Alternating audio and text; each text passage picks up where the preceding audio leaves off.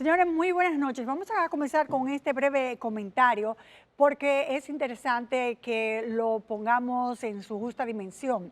Mientras en República, por ejemplo, en nuestro país, República Dominicana, todavía se recuerda los trabajos que nosotros realizamos sobre los títulos falsos médicos, ahora recibimos la noticia desde España de cómo una diputada, Noelia Núñez, portavoz del Partido Popular en la Asamblea de Madrid, ha tenido que renunciar tras descubrirse que mintió en su currículum, atribuyéndose estudios universitarios que nunca cursó. Vamos a poner esto en contexto explicando el escándalo que tiene ahora mismo España con estos títulos de carreras que nunca existieron. Que algunas diputadas... Noelia Núñez González es una política del Partido Popular que alcanzó notoriedad como portavoz municipal del Partido Popular en Fuenlabrada.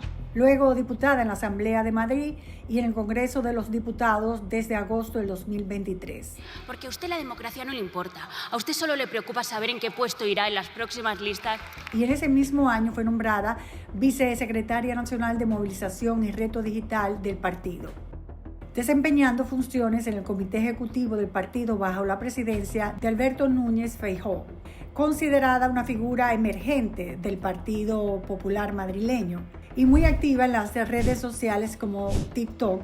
Ahí se convirtió en un rostro mediático por su estilo directo y juvenil. Algo huele a podrido en el Partido Socialista y es que la fontanera Leire no ha hecho bien su trabajo. Ay, perdón, no sabía nada, me han engañado. No se lo cree nadie.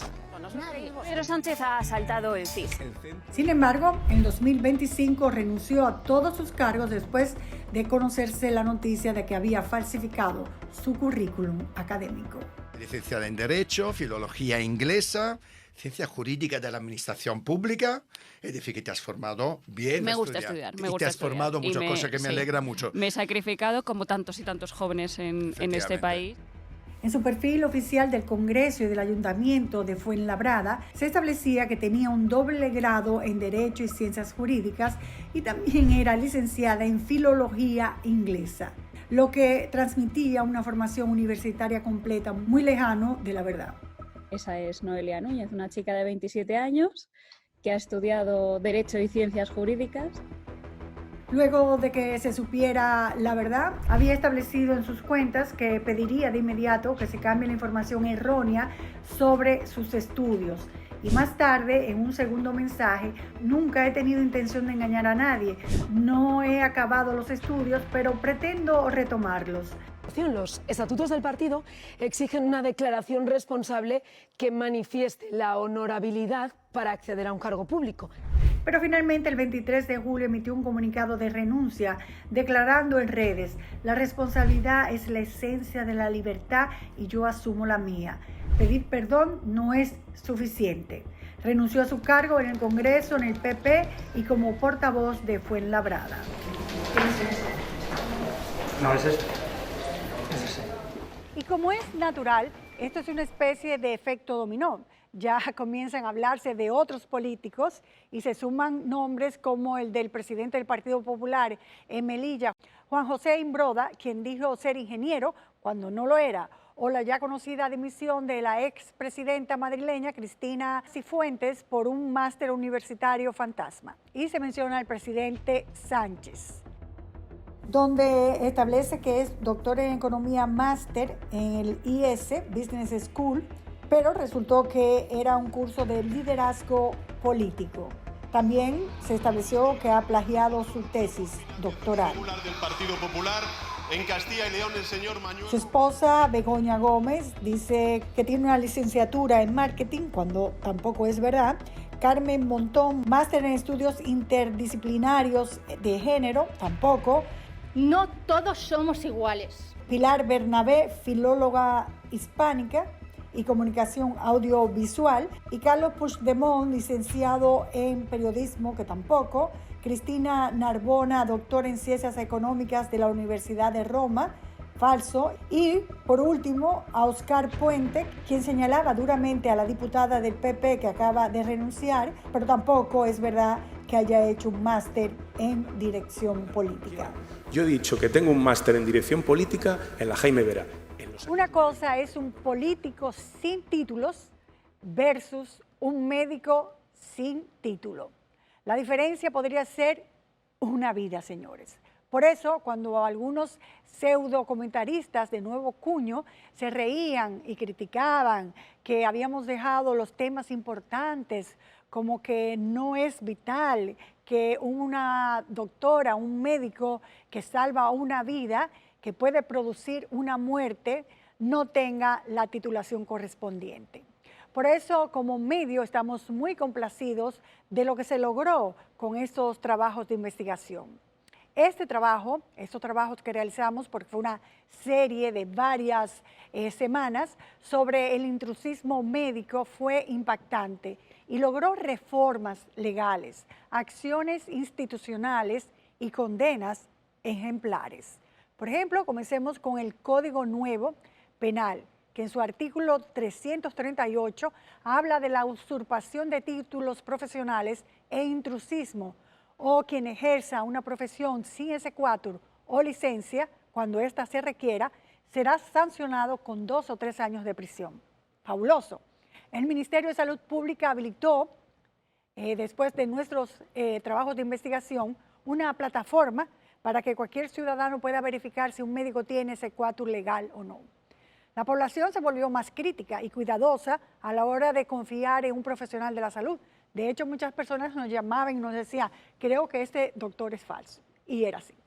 También obtuvimos una sentencia ejemplar con la falsa neurocientífica Elizabeth Silverio, luego de años de ejercer sin un título válido. Condenatoria en su contra y se le condena a cumplir una pena de 7 años de reclusión. Así que mientras en España caen políticos por mentir en su hoja de vida, en nuestro país logramos algo más profundo: proteger vidas, fortalecer la ley y exigir a las instituciones que cumplan con su rol de supervisión.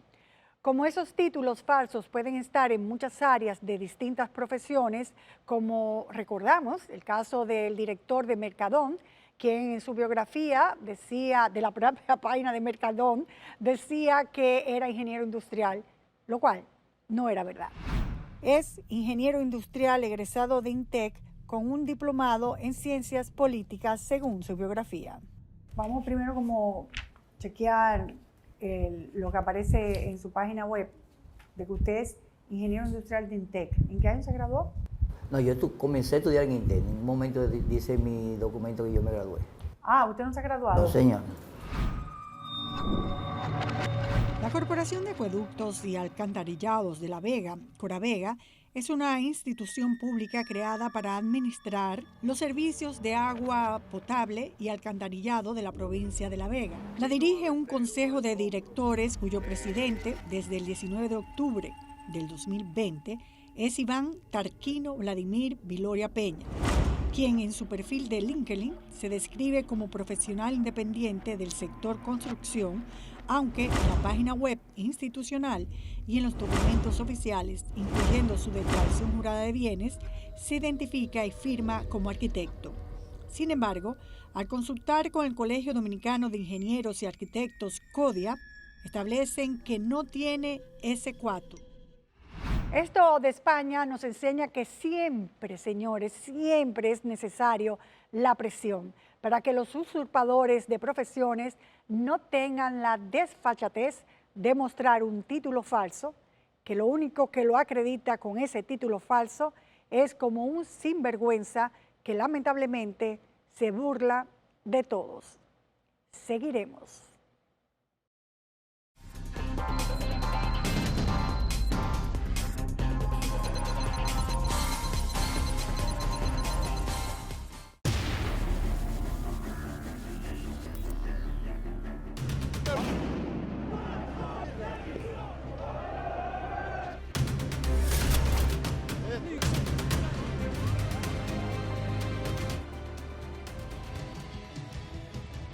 N Digital, cada minuto una verdad. El periódico con las noticias en tiempo real.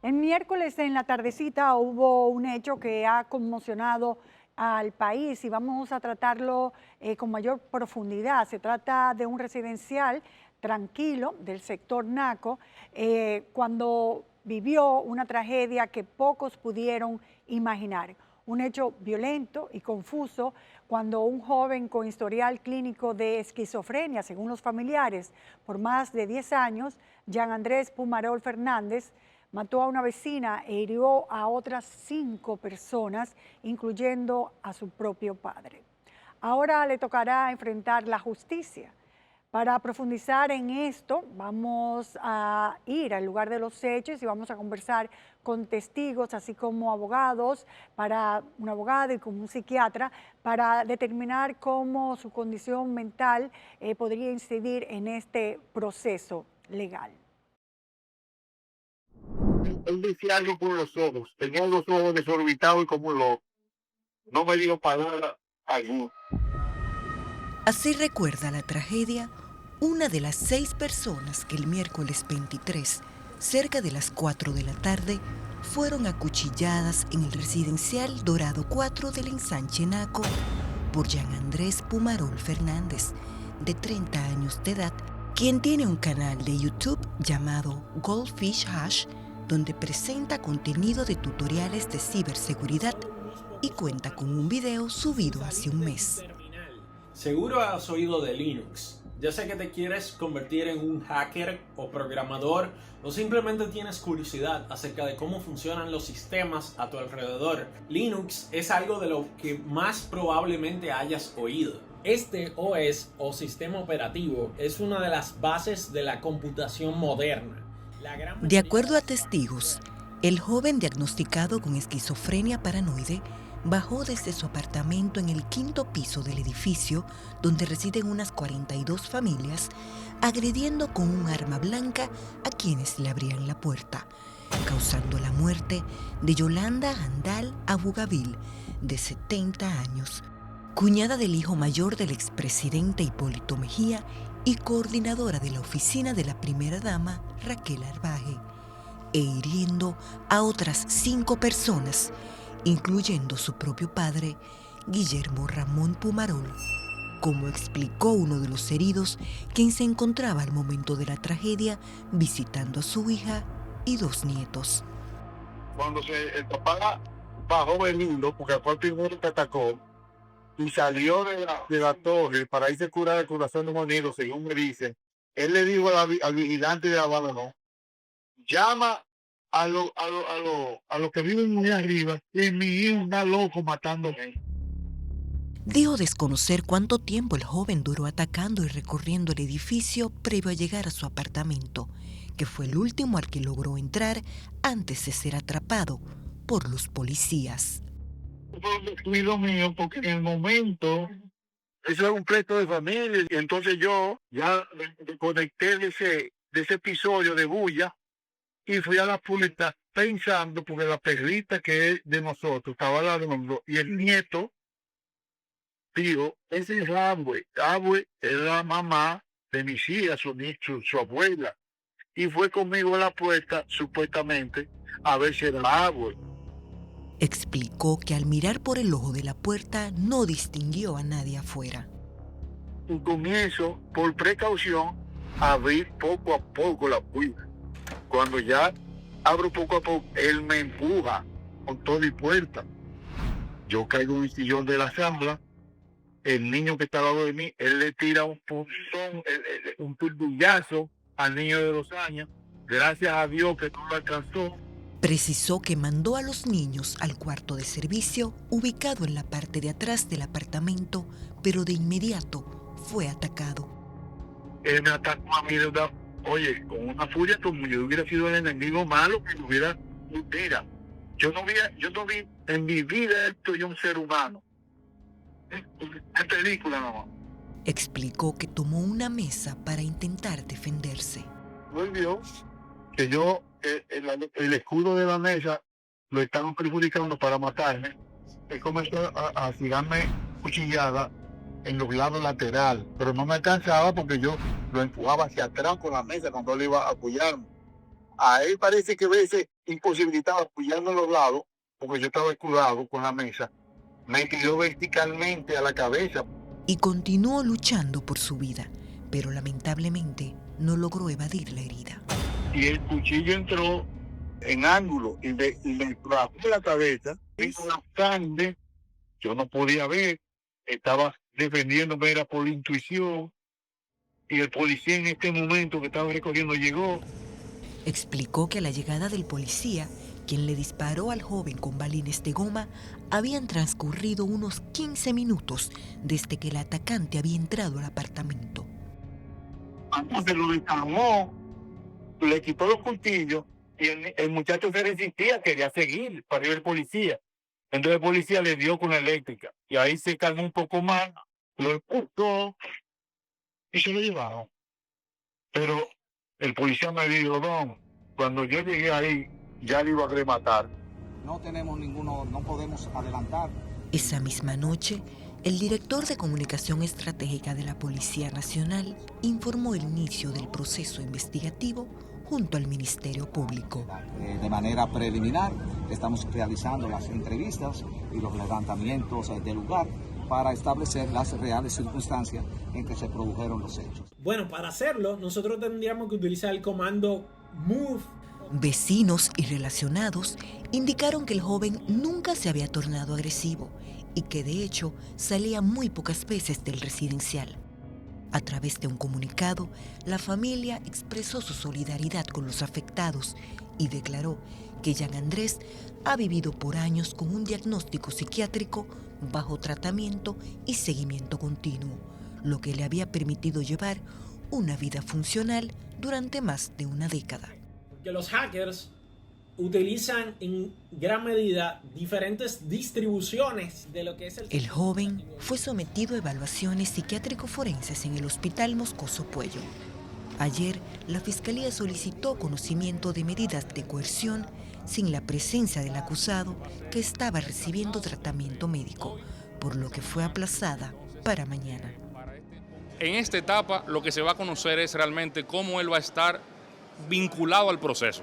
Realmente ahora mismo no se va a conocer si él es culpable o no y demás. El debate se centra en cómo se llevará a cabo el proceso judicial y si su condición mental lo inhabilitaría para ser procesado en la justicia. El Código Penal en el artículo 64 habla de que cuando una persona no estaba en la capacidad cognitiva de entender lo que estaba haciendo, se debe considerar como inimputable, en el sentido de que al no tener ese elemento subjetivo, la persona que actuó y que generó ese daño no podía, entre comillas, estar haciendo lo que él estaba haciendo desde el punto de vista de la conciencia. Nosotros editamos prueba TXT porque se abrió... Explicó que en caso de que las pruebas presentadas por la defensa confirmen que efectivamente padece una condición de salud mental, se podría absolver o imponer garantías que podrían ser reclusión en un centro o recibir un tratamiento según lo determine un juez. Lamentablemente en este país no tenemos esas instalaciones que tú puedas, en vez de enviarlo a una prisión, que no se puede, enviarlo a un centro médico de reclusión donde se le pueda no solamente recibir, sino también dar el tratamiento médico que requiere. Pero no solo se debe reconfirmar la condición de salud mental, sino que al momento de cometer el hecho, el joven estuvo en un episodio psicótico. Mientras, el herido que compartió su testimonio calificó como un milagro que hoy esté vivo. Yo me salvé por la providencia, me salvé yo por Dios. Mi familia dice, mira, papá Dios te tenía agarrado donde ir. Bueno, ya que conocemos los pormenores de este caso, vamos a pasar al doctor Héctor Guerrero Heredia para que nos diga un poco de qué se trata esta enfermedad. ¿Son los esquizofrénicos violentos en sí? Buenas noches, doctor. Buenas noches. Depende. La psicosis puede tener cualquier tipo de desenlace. No hay dudas de que una de las psicosis más fuertes, las psicosis paranoideas, cuando hay alucinaciones, el paciente puede estar escuchando voces de comando que le dicen haz tal o cual cosa. Pero también puede haber una psicosis paranoidea donde todo el mundo es mi enemigo y podrían suceder este tipo de casos. Esto es más común de lo que la gente se imagina. Imagínate, Nuria, si el 2% de la población dominicana puede tener una condición dentro del espectro psicótico, estamos hablando de más de 280,000 pacientes en 12 millones de habitantes que podrían tener en algún momento una crisis psicótica. Bueno, pero por los casos que hemos visto, pues esa cantidad están bastante pasivos, porque estos casos no se han dado en demasía. De hecho, ha alarmado mucho porque es la primera vez que sucede de esta forma. O sea que por eso algunas personas piensan que pudo haber una consecuencia a raíz tal vez del uso de drogas o que no se trató ese día. ¿Qué pudo haber pasado? Mira, este es un caso muy penoso porque es un caso que todos conocemos, todos que estamos en el medio. Estamos hablando de una persona muy conocida por nosotros. Realmente, en este caso, yo te puedo asegurar 100% que el diagnóstico de lo que se conoce como esquizofrenia era el correcto. Ya si existe, obviamente, si hay el uso de algún tipo de sustancia, eso empeoraría mucho más el cuadro. Claro que sí, y más ahora. No hay indicios, por ejemplo, doctor, de que eso pueda desencadenarse. O sea, no hay alguna actitud que la familia pueda decir, se puede convertir en algo peligroso, o eso es espontáneo. Es muy difícil que sea espontáneo. Lo que se llama la crisis psicótica aguda tiene una especie de prodromo, o sea, va dando síntomas. Ahora bien, yo tengo entendido que ese paciente había sido visto mínimo 48, 72 horas antes del incidente. Pero sí, podría haber algún tipo de... ¿Visto cómo? ¿Bien, tranquilo o visto cómo? Eso no te lo puedo asegurar porque no soy yo el médico tratante. Bueno, pero en este caso ahora hay una paranoia, yo creo que colectiva, porque todo el mundo puede tener, o una gran mayoría, no todo el mundo, perdón por la exageración, un buen porcentaje, tomando en cuenta la cantidad de personas que pueden tener, padecer esa situación psiquiátrica, pues un vecino, un amigo. Entonces uno quiere aclarar, ¿son los esquizofrénicos violentos a esta magnitud o es un caso aislado? El esquizofrénico en general no tiene que ser violento si está tratado adecuadamente. Pero inclusive con tratamientos adecuados, el paciente esquizofrénico podría tener estas reacciones. Eso está bien definido desde hace más de 100 años. ¿Qué puede hacer uno si vive en un condominio y ve que hay alguna persona? Porque ahora se puede desatar una angustia colectiva de que tengan miedo, de que le hagan la vida imposible a una persona que pueda tener este trastorno. O sea, se puede crear una serie de situaciones complejas. ¿Qué usted recomienda, doctor? Mira, realmente esto es difícil de controlar desde el punto de vista social, porque justamente el paciente psiquiátrico es un paciente igual que cualquier otro paciente. Si no hay un hospital con más paz, es un hospital psiquiátrico. O sea, no podemos estigmatizar a la esquizofrenia como una enfermedad relativamente violenta. Los abusadores de sustancia, los bipolares, una depresión maltratada, el uso de sustancia. Nuria, la marihuana que se está consumiendo en esta época tiene niveles de THC que producen decenas de casos todas las semanas de paranoia. Y la paranoia es justamente lo que puede provocar que un paciente se ponga violento. Esa marihuana, esa marihuana que se podía hasta fumar para situaciones médicas, ahora también está corriendo uno un peligro, porque si tiene una cantidad desmesurada de THC, pues entonces ya se está convirtiendo también en un problema. Un problemazo. Ahora mismo es un problemazo en el país. ¿Qué podemos hacer para que el público no tenga miedo, doctor? Bueno, lo primero es que si hacemos el cálculo que somos menos de 300 psiquiatras y si tenemos 280,000 pacientes psicóticos, estamos hablando de que nos toca casi 3,000 consultas al año solamente de psicosis.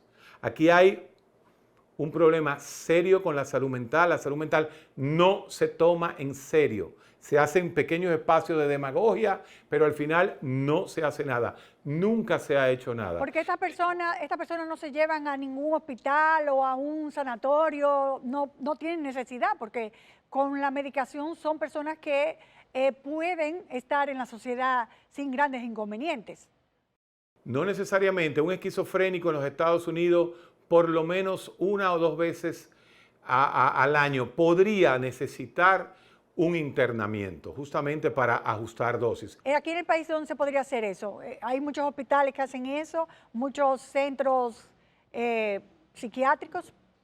Nosotros no tenemos en el plan, diríamos, en hospitales, no creo que tengamos ni un 25% de las camas que necesitamos. En el área privada, que es donde uno se maneja, casi siempre hay centros, pero le puedo decir que casi siempre están abarrotados de pacientes. La salud mental es la cenicienta en este país. La familia no pudo haber previsto esto. Mira, es un paciente de 30 años. Es muy difícil controlar a un individuo todo el tiempo. La gran tragedia de la esquizofrenia es que el paciente siente que no necesita medicación y la mayoría no se medican. Entonces es muy difícil decir que la familia podría se había podido dar cuenta de esta situación. Pero vuelvo y te digo, creo que este muchacho estaba en activo tratamiento psiquiátrico. Ok. Bueno, es un hecho realmente lamentable lo que ha sucedido. ¿Usted tiene a ciencia cierta de que era esquizofrénico? Te lo puedo asegurar 100%. Sí, porque había como la duda, aun cuando un comunicado de la familia estimó, dijeron que tenía como 10 años con ese proceso. ¿La esquizofrenia es algo que se adquiere? ¿Es algo genético? Ok, mira, te digo 100% porque por la memoria de Socorro Castellano te puedo decir que sé que ese joven tiene esquizofrenia. La esquizofrenia es un trastorno del neurodesarrollo. Mejor dicho, el espectro psicótico es un trastorno del neurodesarrollo y aparece típicamente en los jóvenes, en varones, entre los 16 y los 20 años. En las mujeres, entre los 20 y los 25 años. Pero es algo tan común como que te puedo asegurar que de la psicosis de tipo esquizofrénica, 0.8, casi el 1% de la población lo padece. O sea, eso significa que alrededor de uno puede haber muchos esquizofrénicos. En nuestro país tienen que haber no menos de 150,000 esquizofrénicos. Posiblemente entre el 20 al 25% han sido tratados. Bueno, cifras que motivan a la preocupación. Gracias, doctor, por las aclaraciones oportunas sobre este caso, aun cuando entiendo que me desvió la pregunta de qué puede hacer los vecinos cuando detectan que alguien tiene algún problema psiquiátrico, si hay que tenerle miedo, cuál sería el procedimiento según su experiencia. Mira, si el paciente está en una etapa violenta, por supuesto que hay que tomar medidas, pero estigmatizar públicamente y que yo te diga de forma directa que estigmatizar a la salud mental al paciente esquizofrénico, eso va en contra inclusive de sus propios derechos humanos. Exacto, eso es lo que quería que me aclarara para que no se expanda un miedo que haga que se violen los derechos de la persona que no quiere ser así, que no nació diciendo elijo ser esto, o sea que hay algunas situaciones internas y externas que lo producen. Así mismo, y no es culpable.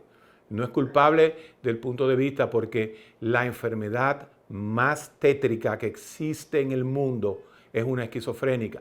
La esquizofrenia es el problema del cerebro, es la pérdida del contacto con la realidad. Bueno, pues muchas gracias, doctor, nuevamente. Buenas noches. Buenas noches. Buenas noches. Esta tragedia ha generado un intenso debate sobre las deficiencias del sistema de salud mental que afectan al país sin importar clase social, tomando en cuenta la falta de centros especializados para atender estos casos. Y las autoridades deben actuar antes de que suceda otra desgracia.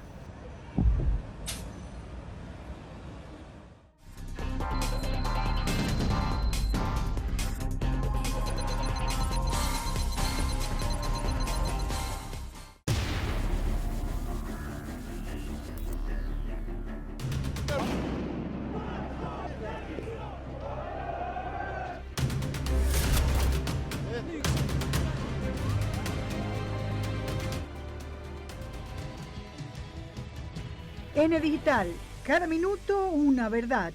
El periódico con las noticias en tiempo real.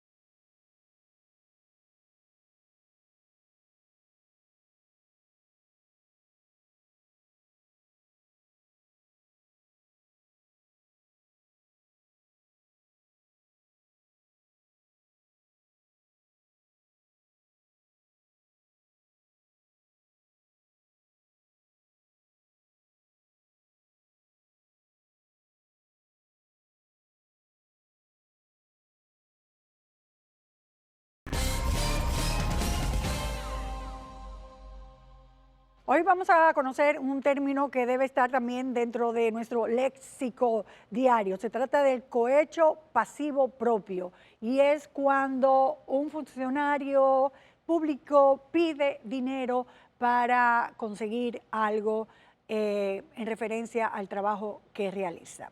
Precisamente es lo que vamos a tratar ahora, porque oferentes del almuerzo escolar han depositado ante el PETCA denuncias contra el Instituto Nacional de Bienestar Estudiantil, INAVIE, por presuntas irregularidades en licitaciones que pueden llevar a la idea de que esto es un acto de corrupción administrativa si no se explica conforme es debido. Esto sucedió, según esta denuncia, en los años 2023 y 2024. Vamos a conversar con los querellantes para conocer la grave acusación, las pruebas que sustentan todo esto y en qué estatus se encuentran las investigaciones del PETCAM. No sé qué le ha pasado, porque primero creíamos que Víctor era el hombre más serio y que podía trabajar, pero mira, eso hay que investigarlo bien. Desde el 16 de noviembre del 2021, el INAVIE es dirigido por Víctor Ramón Castro Izquierdo, contra quien un grupo de suplidores de la institución interpusieron una denuncia el pasado 15 de julio ante la Procuraduría General de la República por irregularidades en 35 licitaciones del almuerzo escolar para los años 2024-2026. Me dediqué a investigar si se cumplió con la ley 34006 y el pliego de condiciones específicas elaborado por ellos mismos. Yo me dediqué justamente a eso y ahí es donde yo encuentro las grandes violaciones que no debieron ser, no tenía razón de ser.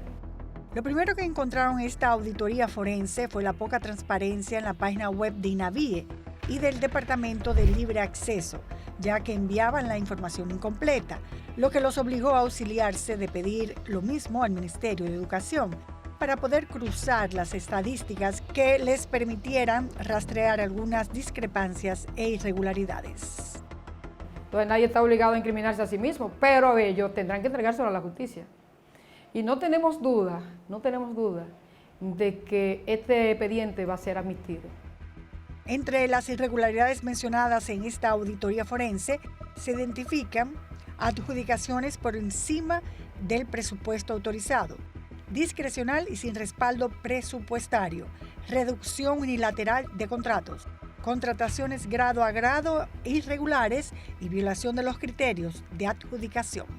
Tenemos parte de la investigación de que al finalizar el año 2023-2024, Víctor Castro anunció al país que había cerrado con 1.518.000 raciones del almuerzo escolar. Pero cuando la licitó, la primera publicación llegó a 1.200.000 y algo. Eso fue suficiente para comenzar a observar lo que venía en el camino. Se refiere a la exclusión de 1.493 centros educativos que detectaron al cruzar el total de escuelas registradas en el MINER, que eran 6.315, y las licitadas por INAVIE, un total de 4.222. Según los denunciantes, el propósito sería adjudicar los 1.493 centros restantes de manera discrecional, debido a que INAVIE vendería las adjudicaciones a los oferentes. Muchos de ellos vienen aquí. Nosotros sabemos que los hombres llegan con mochila y dentro de la mochila una funda negra llena de dinero. También sabemos que las mujeres entran con bolsos y dentro del bolso otra funda llena de dinero. ¿Cómo usted demuestra eso? Usted no tiene cómo. Ahora los resultados hablan. Según esta denuncia, los que pagaron fueron los que resultaron adjudicados a pesar de no ser actos. Y créamelo, porque desde aquí yo misma orienté a los suplidores para que paguen, para que no se queden fuera. ¿Y sabe qué resultado obtuve? Los que pagaron entraron y los que no pagaron quedaron fuera. Dentro de una misma casa, un hermano dentro y un hermano fuera. Otros suplidores también confirman la supuesta venta de adjudicaciones, incluyendo este proveedor desde hace 6 años, que aseguró que otros oferentes que pagaron les asignaron más raciones de las que legítimamente habían ganado. La misma persona me lo dijo sin darse cuenta. ¿Qué dijo? Que había dado dinero. ¿Cuánto? Que había dado. ¿No le dijo? Más de 2 millones de pesos dio esa persona. Otro que dijo quedarse fuera de estas adjudicaciones debido a negarse a pagar fue el presidente de la Asociación de Suplidores y Proveedores de Alimentos, quien desde el 2013 ha dado servicio a las escuelas. Aquella vez pedían, yo creo que a mí fue como $500,000 de pesos que estaban pidiendo, pero ya últimamente, según tengo información de ciertos suplidores que ustedes pueden investigar y se les dan los nombres, que seguro lo van a poner, piden hasta $1 millón de pesos. Joana Piña, suplidora de Villa Vázquez, Montecristi, manda este mensaje donde establece preocupación sobre esta situación. Unos supuestos incumbentes del INAVIE, empleados del INAVIE, me llamaron para convocarme para una reunión en el comedor Doña Ana en Montecristi y me solicitan que debo de llevar $1.000.000 en un sobre. Esta otra suplidora desde el 2021, cuya cocina está ubicada en Villa Liberación, Santo Domingo Este, afirmó que la sacaron de manera irregular de la segunda licitación de un plan piloto de suministro de frutas, a pesar de cumplir, según ella, con todos los requisitos y obtener buenas calificaciones. No descartó la posibilidad de que haya sido por la venta de adjudicaciones. Como yo no di dinero, a mí, ¿cómo le digo? Como yo estaba haciendo las cosas bien, ni siquiera me interesó eso. Yo escuché los rumores, porque no le voy a decir que no lo escuché.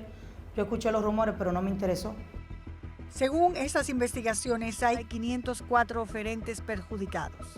Y de estos, un total de 272 pasaron todas las pruebas y al no pagar sobornos quedaron fuera, en una especie de lista de espera.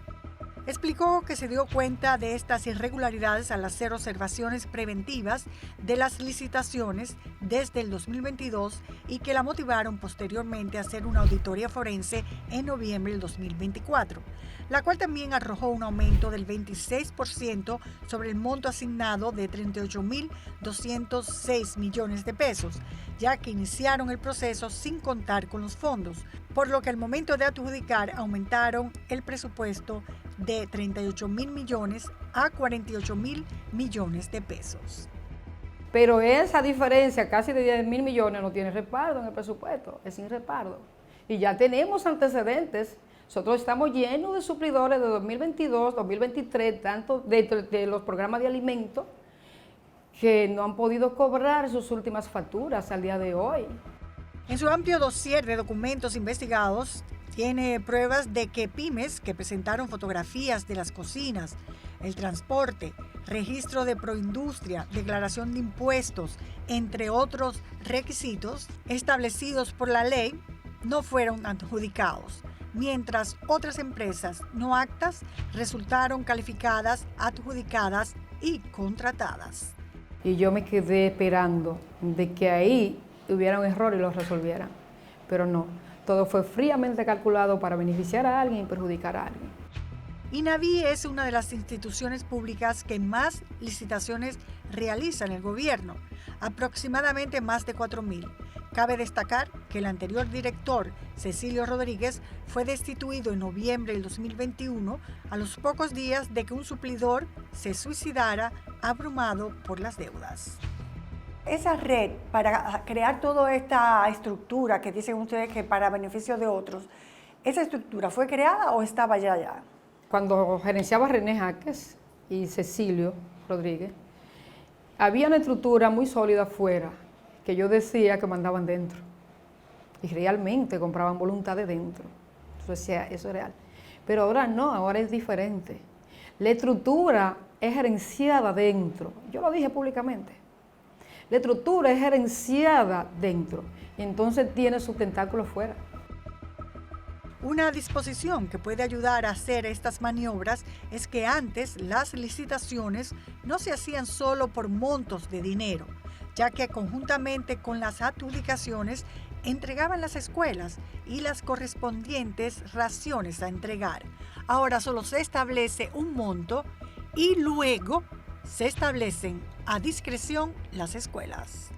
Ahora, como parte de la mafia de ellos, porque forma parte de la mafia, ellos adjudicaron, te entregaron la adjudicación sin los centros y las raciones.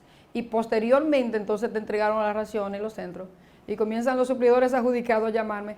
Elizabeth, pero yo no sé, porque a nosotros siempre nos dan, después que nos adjudican, nos ponen los ajustes de matrícula y ahora lo que nos están es reduciendo las raciones. Estimó que al investigar identificó unos 405 suplidores cuyas raciones contratadas recibieron reducciones ilegales de sus contratos, afectando su estabilidad económica y liquidez. Me habilitaron, yo compré como 15 neveritas para poder transportar esa comida. Tuve que comprar camiones para poder transportar la fruta, porque la fruta no se puede transportar junto con la comida. Entonces, yo hice muchísimas inversiones que no estaban expuestas. Y encima de eso, yo me dejaban de pagar. Lo contrataron por 59 millones de pesos. 59 millones 515. Perfecto. Al final, a él le tumbaron 23 millones de pesos. Las reducciones ilegales de los contratos luego de adjudicados se realizaban con el propósito de dar esas raciones a otras personas que sí pagaron. Eso es real, lo que pasa ahí es real. Y si Víctor no lo quiere entender, ese es su problema. Yo le dije personalmente a Víctor, Víctor, esta vez en el INAVIE va a haber consecuencias, o para ustedes o para mí. Y si estoy aquí, porque me la estoy jugando. Y estoy preparada para lo que sea. De acuerdo a estos denunciantes, el pago de dinero extra para ser adjudicado no solo afectaría la ética de la institución, violaría la ley y llevaría a la quiebra a suplidores, sino que obliga a estos suplidores que tienen que pagar disminuir costos, sacrificando la calidad de los alimentos que reciben los alumnos. Y las denuncias están que la comida está muy mala en los centros y llevan comida que es muy mala, porque eso tiende a que si yo tuve que pagar para que me adjudicaran, entonces no puedo llevar todo completo como INAVIE exige que debe de llevarse. Precisamente en Moción Santiago Rodríguez, hace 5 meses, padres y autoridades de unas 10 escuelas con una matrícula de 1.200 niños denunciaron que se enfermaron resultado de la mala calidad y poca higiene del almuerzo. Porque los niños están enfermos del estómago, diarrea, vómito, malo están. La alerta para este tema, que lo que lo despertó fue la inasistencia. Había día de este centro educativo hasta 111 estudiantes. Faltaban, ¿verdad? El daño se origina en la estructura mafiosa que existe en INAVIE, que es real, no hay forma de desmentirlo. Como el sistema de adjudicación ha cambiado, la problemática se agrava, porque las cocinas con la suerte de ser adjudicadas quedan lejos de los centros, aumentando las probabilidades de que las comidas lleguen en mal estado, así como la flexa supervisión de algunas de ellas. Hay escuelas que están a hora y media de donde suple, porque a veces la provincia, por ejemplo, yo vengo de Santiago Rodríguez, Monción, y en Santiago, es provincia de Santiago, y si está para asignar en la provincia, te pueden asignar en El Rubio, San José de las Matas. Entonces, imagínate bajar de Santiago al Rubio, Corocito, que está más lejos todavía. Y dentro de las informaciones que tenemos es que ahí los que supervisan la cocina no van a toda la cocina. Ahí hay cocina sagrada que ellos no pueden ir. Estos suplidores, muchos de ellos en la famosa lista de espera, estiman que 1.100 micro y pequeñas empresas han quebrado desde que se inició la gestión del actual director. Como consecuencia de estas irregularidades, todo un drama humano. En las manos nuestras se han ido 2 de los que se han quitado la vida. Le metieron una presión por la cocina. Esa cocina está en Duvergé. Una cocina que parecía un percal. Y un señor muy rígido, no aguantó una calumnia que le levantaron en INAVIE. Otro caso que causó conmoción fue en octubre del 2021. El suicidio de Fidias Valerio, residente en Cristo Rey, quien tenía 2 años siendo proveedor y se quitó la vida en la cocina donde preparaba los alimentos y, según sus familiares, agobiado por no resultar adjudicado y tener múltiples deudas y un pago pendiente de INAVIE de 2 millones de pesos que nunca se concretizaba. Yo hice una gran inversión, yo busqué dinero prestado, más lo que aún habían facturas que me debía INAVIE y yo tomé prestado en base a eso y a lo que me iban a adjudicar. A partir de ahí, mire ese ojo. Yo perdí el 80% de la vista de ese ojo.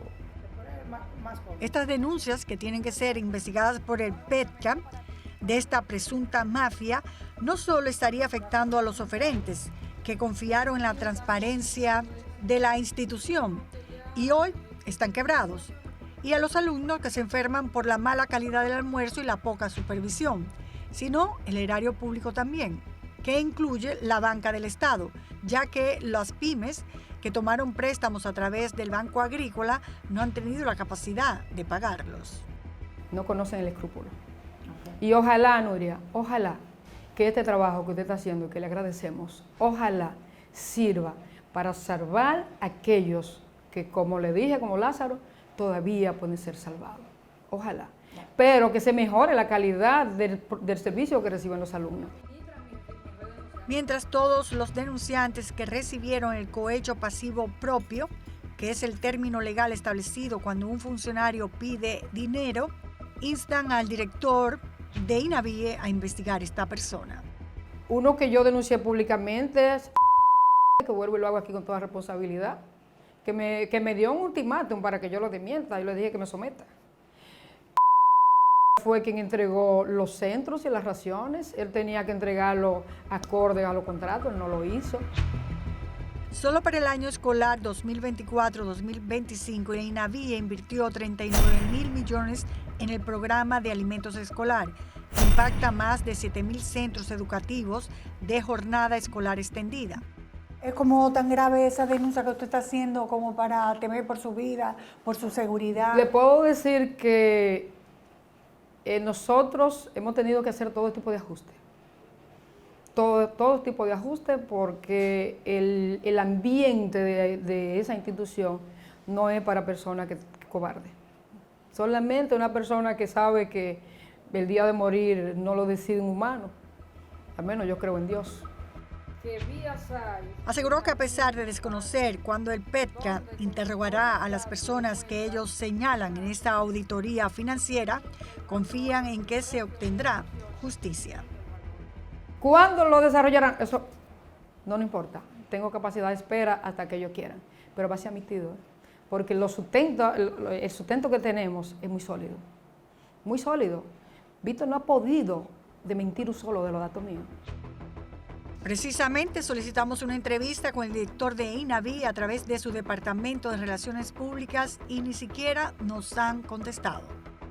Esperaremos que la semana que viene podamos contar con sus explicaciones sobre la denuncia presentada ante el PETCA, sobre adjudicaciones discrecionales, petición de pagos bajo la mesa a oferentes no aptos y excluyendo a otros calificados, discrepancias entre raciones licitadas y adjudicadas. Pero lo más delicado aquí es que gestionar el almuerzo escolar es una responsabilidad crítica. No se trata solo de contratos o de dinero, son los alimentos para niños, que tal vez su única posibilidad de comer bien el día depende de esta comida escolar. El riesgo es doble. Primero, si estas prácticas irregulares son confirmadas por el PETCA, afectan directamente el derecho básico a la nutrición de miles de estudiantes. Segundo, erosionan la confianza pública en las instituciones del Estado.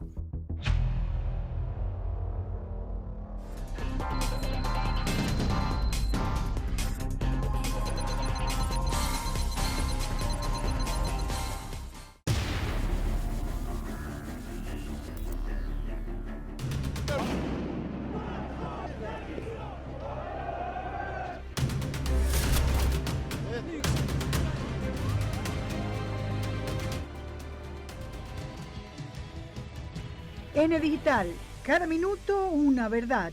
El periódico con las noticias en tiempo real.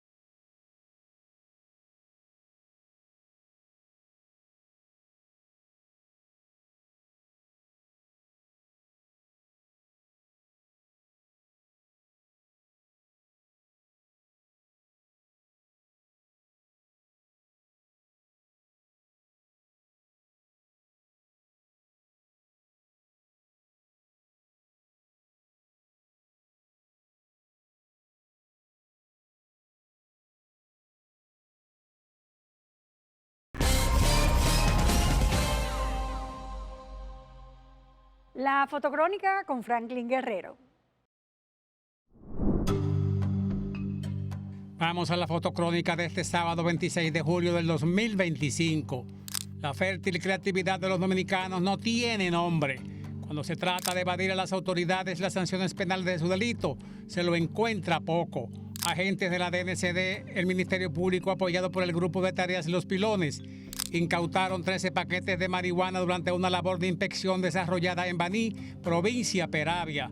Estos detuvieron un vehículo en el puesto de Los Pilones, señores, y en el tanque de gas propano se encontraron 16 libras de marihuana.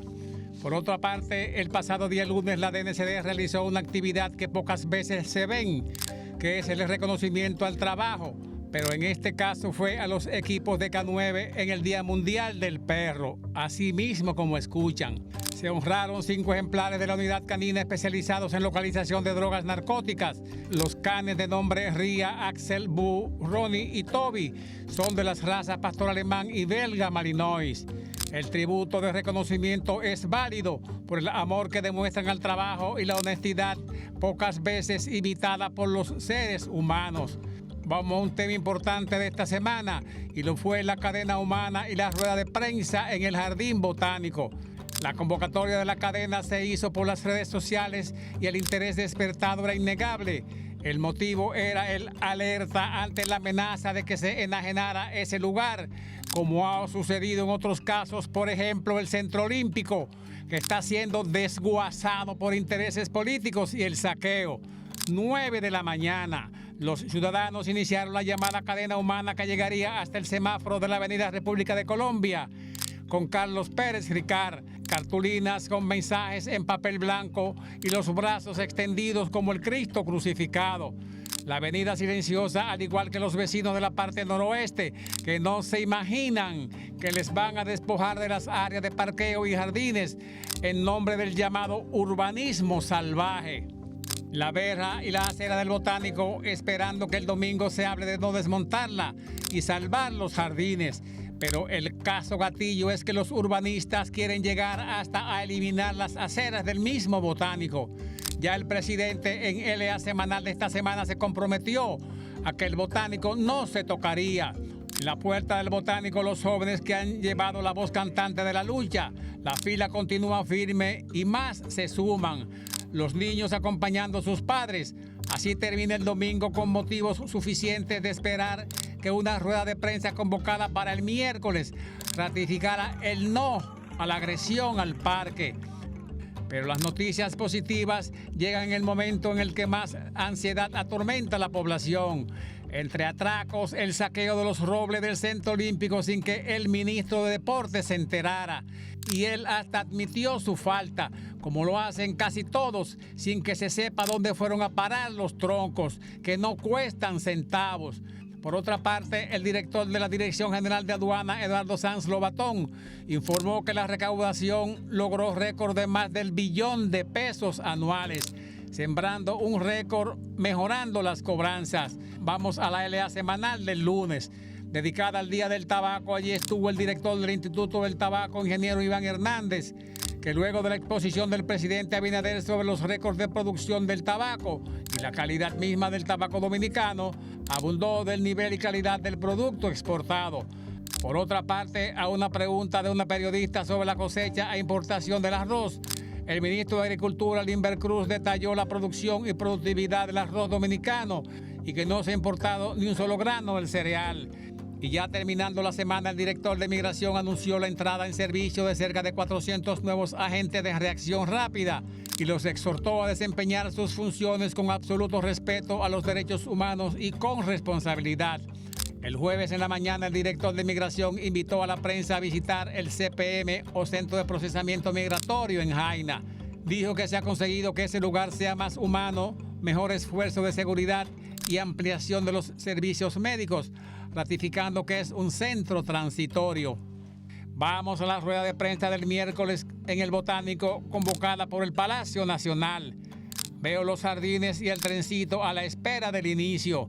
La fila de compañeritos que fueron llevados temprano y no fuera a hacer cosa que los moraos ocuparan los asientos. El ministro Paliza con Jorgito y luego saluda. Llega el ministro Eduardo Estrella de Obras Públicas a Disburgo en la presentación y los VIP en primera fila. De primero toma la palabra Paliza, que dice que el presidente va a cumplir su palabra de no tocar el botánico. Después habló el ingeniero Eduardo Estrella, que valora todas las obras que se van a construir con un valor de 9.000 millones de pesos con los fondos del acuerdo Canerodón. Después habló el ingeniero Elías Santana, que desglosó el famoso proyecto, pero dejó entrever que sí se va a tocar la acera, si es, entre comillas, necesario. Eso no me gustó. Al final habló el ingeniero de la constructora, beneficiario de la obra sin concurso. Y al final el ministro de Medio Ambiente, que habló de la remodelación de sanitarios y cafetería del Botánico. Termina la actividad cerca del mediodía. El convocante de la cadena humana dice que está satisfecho de las respuestas. El ministro Estrella reparte saludos y se marcha. Señores, buenas noches. Vamos a finalizar, pero antes vamos a actualizar un caso que presentamos la semana pasada sobre el proyecto del gobierno Familia Feliz, que lo tiene conjuntamente con una alianza público-privada. Bueno, hace un año y algo se inauguró este proyecto en Nigua, San Cristóbal, llamado Proyecto Don Antonio. Los condóminos que ya son dueños de su propio apartamento, aunque sea pequeño, de unos 40 metros cuadrados, a un precio que a mí me pareció exorbitante, pues han tenido muchos problemas en términos de luz, de agua, de parqueos, de todo lo que prometía el brochure, que no ha sido cierto, porque había áreas comunes de muchos jardines, deportes, grandes áreas de parqueo, servicios comunitarios, escuelas, supermercados, y nada de eso ha ocurrido. Tienen poca luz, poca agua y la situación alarmante que los rodea de peligro para sus niños. En ese momento, el dueño de la empresa que está realizando la construcción nos dijo que en 2 meses iba a resolver toda esta situación. Pero necesitábamos la opinión del Ministerio de la Vivienda para que nos aclarara por qué no hubo supervisión de ese proyecto, sobre todo porque los dueños tienen ya más de un año y algo quejándose, y hay otros que ni siquiera se han podido mudar, teniendo que pagar el alquiler de la casa más el préstamo al banco.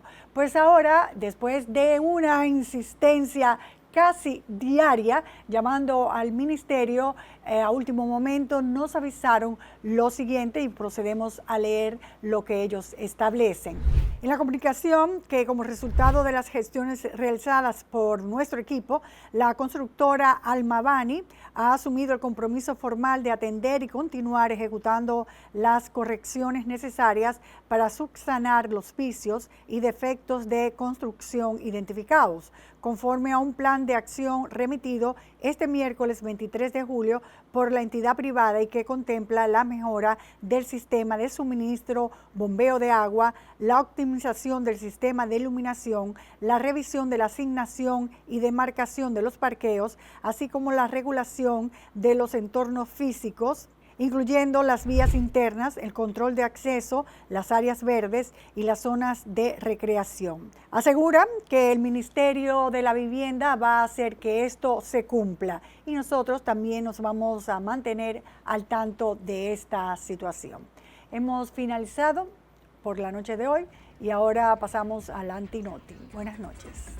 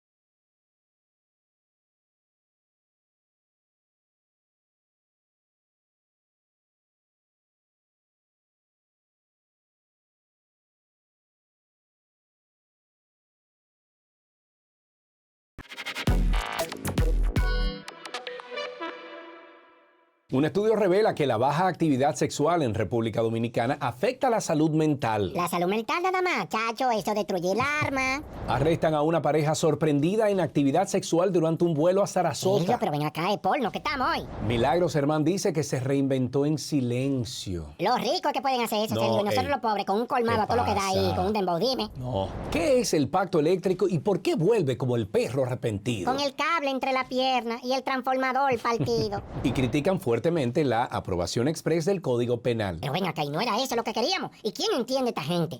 Desde un rincón virtual del Internet como nuestro aliado, estas son las noticias insólitas del país y el mundo.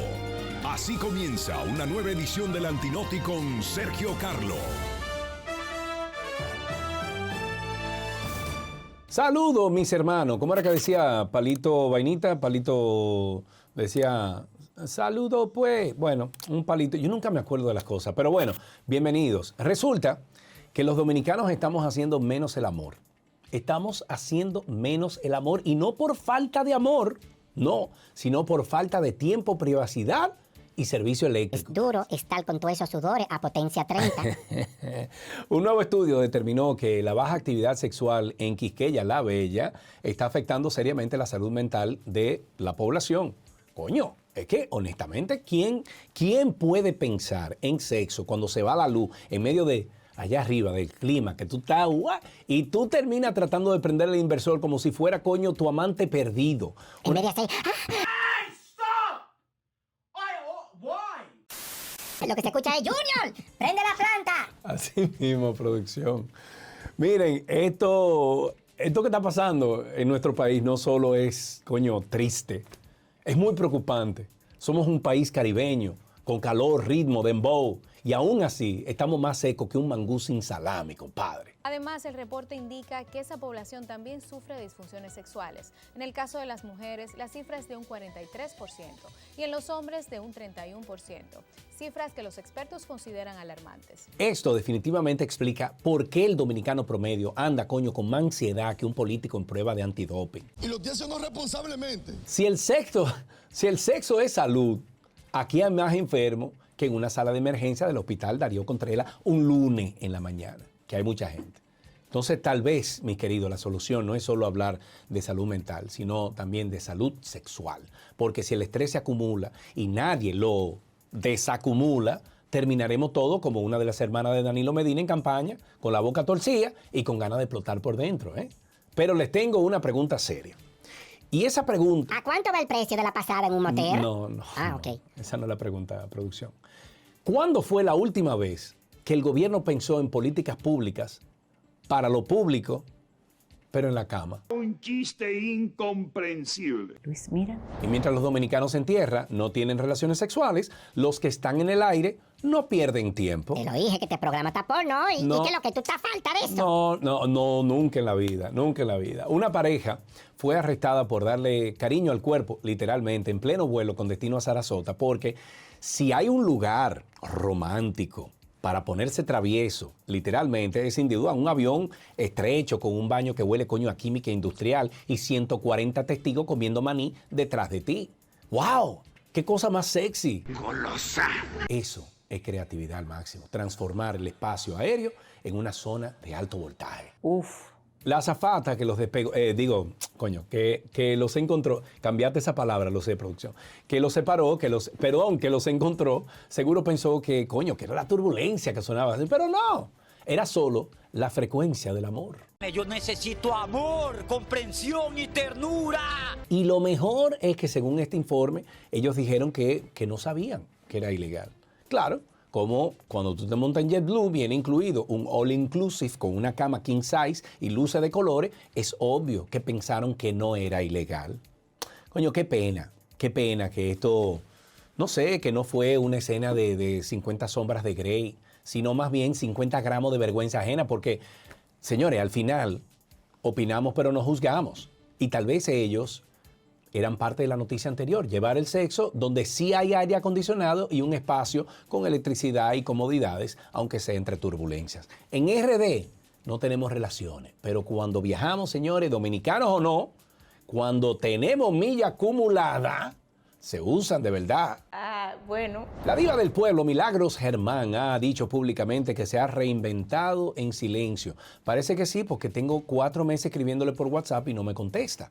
Pero esa frase, coño, suena a libro de autoayuda. Y bien por ti, Milagro, qué bueno. Yo de verdad que me alegro muchísimo. Me alegro por mi eterna diva que vuelva a su ecosistema, a la comunicación, a donde es feliz.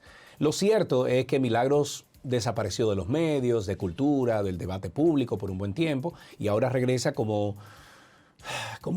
una mariposa que nunca fue de la política, pero que pasó por un capullo lleno de decretos, despidos, COVID, meditaciones y sobrevivió, gracias a Dios. Entonces, reinventarse en silencio es bueno para el alma.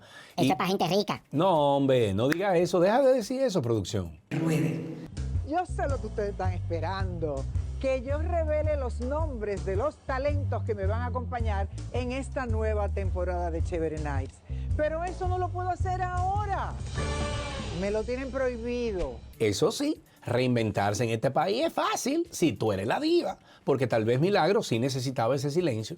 Además leí por ahí que ella dice que vuelve igual con esa etapa donde en Chévere Nights criticaba, ¿no?, al Estado y lo mal hecho. Pues en esta nueva etapa de Chévere Nights Live ella vuelve con eso y sé que con su inteligencia que la destaca le va a dar el giro correcto a esas opiniones. Diva, ¡mua!, te amo de corazón. Ojalá que tú vuelvas a volar más alto que antes en los medios de comunicación, que hoy en día están tan falta de talentos y gente como tú. Vamos a hablar un poquito del pacto eléctrico, ese documento que supuestamente podría poner orden en el caos eléctrico que tenemos aquí en el país y que, como todo pacto en RD, parece más una promesa de amor que nunca se cumple. El pacto eléctrico levantó quejas porque, sorpresa, sorpresa te da la vida. No contemplaba incluir a los ciudadanos ni resolver los líos reales. La propuesta que se había hecho. Estoy hablando de apagones, estoy hablando de facturas infladas, distribuidoras que parecen jevito celoso, te controlan, te vigilan y te cobran hasta cuando no estás. Entonces, es como si el gobierno firmara con el sector privado un contrato de divorcio donde el único que pierde custodia y casa es el pendejo pueblo dominicano. El ministro de Energía y Minas, Joel Santos, anunció de que el gobierno va a reactivar el pacto eléctrico y que convoca al CES para el 30 de este mes. Y claro, los funcionarios hablaron de transparencia, de eficiencia. Coño, 2 palabritas que aquí en República Dominicana deberían venir como con un asterisco y una nota al pie. Solo válidas en papel y en esta presentación de PowerPoint. Nada más.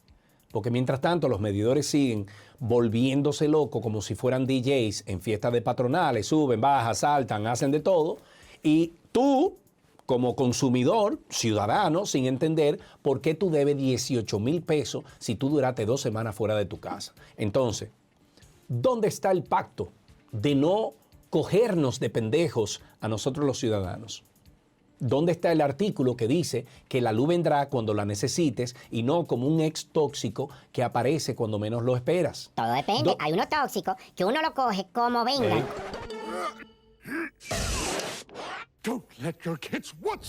Y ahora la joya de la semana, la aprobación express del nuevo Código Penal. Rosario Espinal, que es una señora de las voces, de las personas, de las mentes más lúcidas de este país. Lo dijo clarito en una entrevista que le estaban haciendo. Esto fue una operación relámpago con la oposición dormida o peor, colaborando. Porque en vez de discutir, revisar, mejorar el Código Penal, lo pasaron como si fuera un pedido de pedidos ya, combo legislativo con todo y sin revisar los ingredientes, según lo dijo ella. Coño, con razón a muchos les dio diarrea democrática. Esos 3 partidos que vienen de Bosch y Peña Gómez han renegado totalmente de la tradición progresista de sus padres políticos y han preferido optar por la tradición conservadora que encarnó Balaguer, que básicamente dejaba la compuerta abierta para la corrupción y negación de derechos. Imagínense ustedes un quirófano donde los cirujanos operan a ciegas, sin guante, con una receta bajada de Wikipedia, qué sé yo, de ChatGPT o lo que sea, Así se siente este Código Penal, aprobado sin debate, sin consulta y con más parches que, bueno, que la colcha que la abuela tejía en los años de cuando Cuca, así mismo. Incluye artículos controversiales, omisión graves como las 3 causales y contradicciones dignas de una telenovela venezolana, ni siquiera brasileña. Y mientras tanto la oposición parece, yo no sé si que están jugando dominó en la galería. ¿Y tú no ibas a decir algo? Ay, no, es que pensé que tú lo ibas a decir, era tú, calladito. Entonces, así no hay país que avance. Como diría esa mente brillante, Toquicha, esto está pasado. Desde que tú naces te dan leche. Y así entonces vamos, un país donde el sexo escasea, el Código Penal, y eso es mucho decir, señor, el sexo escasea en República Dominicana, coño. El Código Penal se aprueba en lo oscuro y la reinvención se hace en silencio, pero el relajo es a todo volumen. La política en este país tan bello parece, coño, una serie de Netflix, escrita por guionistas cansados y la sociedad, una tragicomedia donde todos queremos reír, pero ya no sabemos si es por nervios o por desesperación.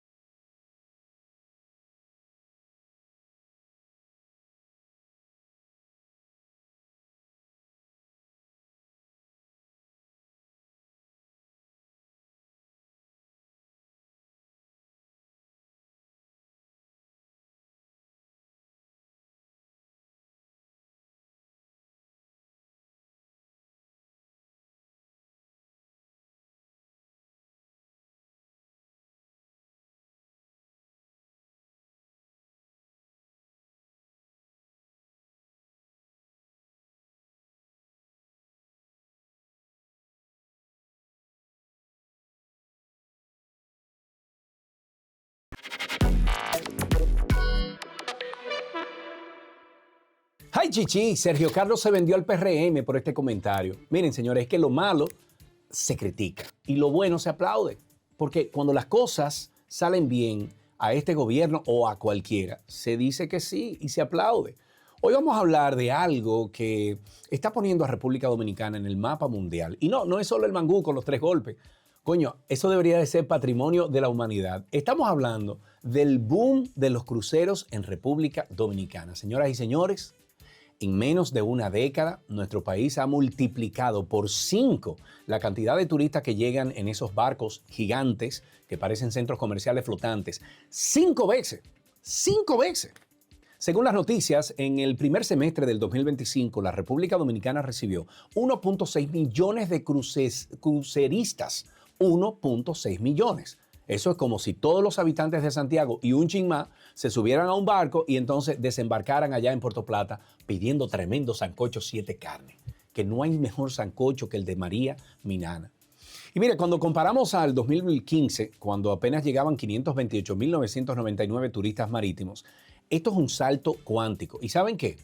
Me quito el sombrero ante el gobierno por esto, porque aunque a veces parezca que estamos gobernados por un grupito de primos discutiendo en una reunión familiar y se reparten muchísimas cosas, algo están haciendo muy bien para que el mundo entero quiera venir a República Dominicana a tomarse una bien fría en nuestras playas.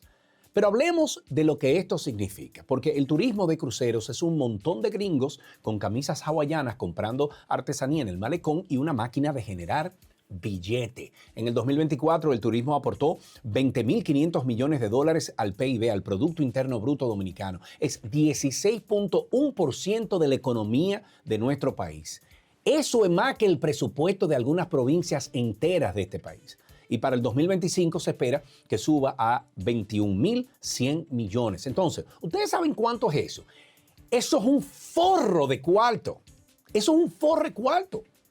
Y cuando vamos a los detalles, que son muy jugosos, por aquí es donde el gobierno se merece un aplauso. Puertos como Amber Cove y Taino Bay en Puerto Plata están manejando el 80% de los cruceristas que llegan aquí al país. Amber Cove recibiendo 641.845 pasajeros en el primer semestre del 2025 y Taino Bay 646.277. Eso es más gente que la que va al Estadio Quisqueya en toda una temporada de béisbol, creo. Y no se puede quedar atrás el nuevo puerto de Cabo Rojo en Pedernales, que pasó de 11.626 visitantes en el 2024 a 50.261 en solo 6 meses en el 2025. Eso es un aumento de 332.3%. Entonces, ¿quién necesita un jonrón en un partido bueno de pelota cuando tú tienes estadísticas como esas? Porque esos son batazo y batazo. Y todo esto suena como un merengue de Juan Luis Guerra, alegre, pegajoso, con un merengue profundo, así, con un mensaje profundo, pero así como criticamos lo malo, también tenemos que aplaudir lo bueno. Hay que destacar el esfuerzo y la buena gestión del Ministerio de Turismo, ahí con David Collado, y las empresas privadas involucradas, porque este éxito es una combinación de suerte, de buena gestión política por parte de un sector. El gobierno ha invertido en infraestructura, como el puerto de Cabo Rojo, y ha mantenido incentivos fiscales para el sector turístico. ¿Y ustedes recuerdan cuando Danilo Medina dijo que íbamos a llevar a 10 millones de turistas? Hay mucha gente que se rió. Se rió como si fuera una comedia de Freddy Baragoy con los muchachos. Coquín, Boruga. Pero en el 2024 llegamos a 11.2 millones de visitantes. Y en el primer semestre del 2025 ya llevamos 6.1 millones de visitantes. Eso es un jonrón con las bases llenas. Pero como buen dominicano, yo no puedo evitar también preguntarme, ¿a dónde está el truco? Mientras celebramos que Amber Cove y Taino Bay son los reyes del mambo, otros puertos como Santo Domingo y Samaná están perdiendo cruceristas. Santo Domingo pasó de 19.615 visitantes en el 2023 a solo 8.003 en el 2024. Eso, ojo, es una caída grande. Una caída grande, bueno, yo creo que esa fue una caída más grande que la del dólar en los años 90. Entonces, ¿qué está pasando ahí? Es que nadie quiere ver la zona porque está en obra, porque la están construyendo. O es que los cruceristas prefieren un buffet en el barco antes que un yaniqueque en el malecón. Póngase la pila, gobierno, con eso. Termine, por Dios, la zona colonial, que tienen demasiado en eso. Pero hablando de contradicciones, aquí hay otra. mientras nosotros estamos celebrando que los cruceristas gastan hasta 6 veces más que un dominicano promedio, 6 veces, como si fueran primos ricos de Navidad que vienen con toda la maleta llena, hay que preguntarse cuánto de ese dinero se queda en el bolsillo del dominicano de a pie, porque no es lo mismo el dueño de un resort que el pana que vende coco, por ejemplo, en la playa. Entonces el gobierno tiene que asegurarse de que este boom no solo engorde las cuentas de las grandes navieras, no solo engorde las cuentas de los hoteleros, sino que también, que llegue a los microempresarios, al pueblo, como ese restaurante, por ejemplo, en Pedernales, el que se llama Navío Bar en sí, donde los cruceristas gastan entre 40 y 50 dólares por cabeza. Eso es un mangú, compadre, con billete. Así que, mis queridos, mi mensaje final es como un poquito de humor y seriedad, como si usted estuviera bailando merengue, escuchando un discurso de Abinader. Este boom de cruceros es una oportunidad de oro para República Dominicana. Estamos mostrando al mundo que no solo tenemos playas, sino que también tenemos un pueblo que sabe recibir al visitante con una sonrisa y un plato de habichuela, con dulce riquísimo. Pero no nos durmamos en los laureles. Hay que diversificar la oferta, llevar a los cruceristas a conocer la zona colonial, llevarlos a los manglares de los Haitises o hasta un partido de pelota en el Cibao. Y sobre todo hay que asegurarnos de que este dinero no se quede flotando en el mar, sino que caiga en los bolsillos de los dominicanos que hacen de este país un destino inolvidable. Así que, turismo, aplauso para ustedes. Sigan dándole duro, pero no se olviden de los detalles. Y a ustedes, mis queridos saltamontes, viendo este video, la próxima vez que vean un crucero en el horizonte, no piensen solamente en los turistas con los sombreros y los tragos de sombrillita de color. No, señores, piensen en lo que podemos hacer para que ese barco no solo traiga dólares, sino que también orgullo dominicano. Entonces hoy, un espaldarazo. Hasta aquí esta emisión del Antinoti. Soy Sergio Carlos y ¿A nivel de qué? A nombre de todo el equipo. Te veré.